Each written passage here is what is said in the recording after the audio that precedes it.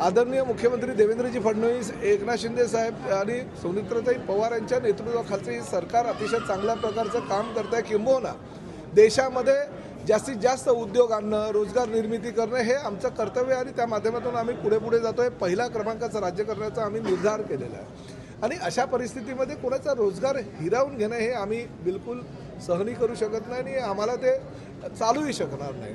आम्ही स्पष्टपणे सांगतो, महाराष्ट्रामध्ये जो कायदा आहे त्या कायद्याचं पालन प्रत्येकाने करायला हवं आणि त्या कायद्यानुसार मराठी भाषेचा जो ज्या पद्धतीनं रिक्षा चालक, टॅक्सी चालक किंवा ओला उबेर रॅपिडो टू व्हीलरचे जे चालक आहे त्यांनी मागचे जे प्रवासी बसलेले आहेत ते जर मराठीमध्ये तुमच्याबरोबर संवाद साधत असतील तर तुम्ही त्यांच्याशी मराठीमध्ये संवाद साधलाच पाहिजे।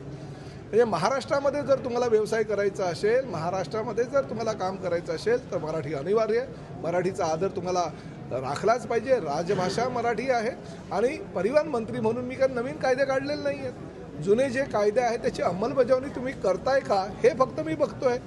संजय निरुपमांना सुद्धा मी त्या बाबतीत 29 तारखेला ज्या लोकांनी विरोध केला, म्हणजे शशांक रावांची संघटना, या लोकांना मी आमंत्रित केलंय। तुम्हाला काय हवं आहे, काय नको आहे ते आम्हाला सांगा, आम्ही देऊ। परंतु तुम्ही आडमुठेपणा कराल, तुम्ही जर सांगाल नाही आम्ही हिंदीशिवाय दुसरी भाषा बोलणार नाही तर हे चालणार नाही। हा महाराष्ट्र आहे, सुसंस्कृत महाराष्ट्र आहे आणि परिवहन मंत्री म्हणून आमच्या डिपार्टमेंटच्या लोकांची जबाबदारी आहे तुमचं लायसन्सची पाहणी करणं, तुमचं जे तुम्हाला बॅच दिलेला आहे तो योग्य आहे का, तुम्ही कायद्याचं पालन करून ऑटो रिक्षा चालवताय का, टॅक्सी चालवताय का, त्याचबरोबर तुम्हाला जे परमिट दिलेलं आहे ते बोगस कागदपत्राच्या आधारे तुम्ही परमिट मिळवलं आहे का।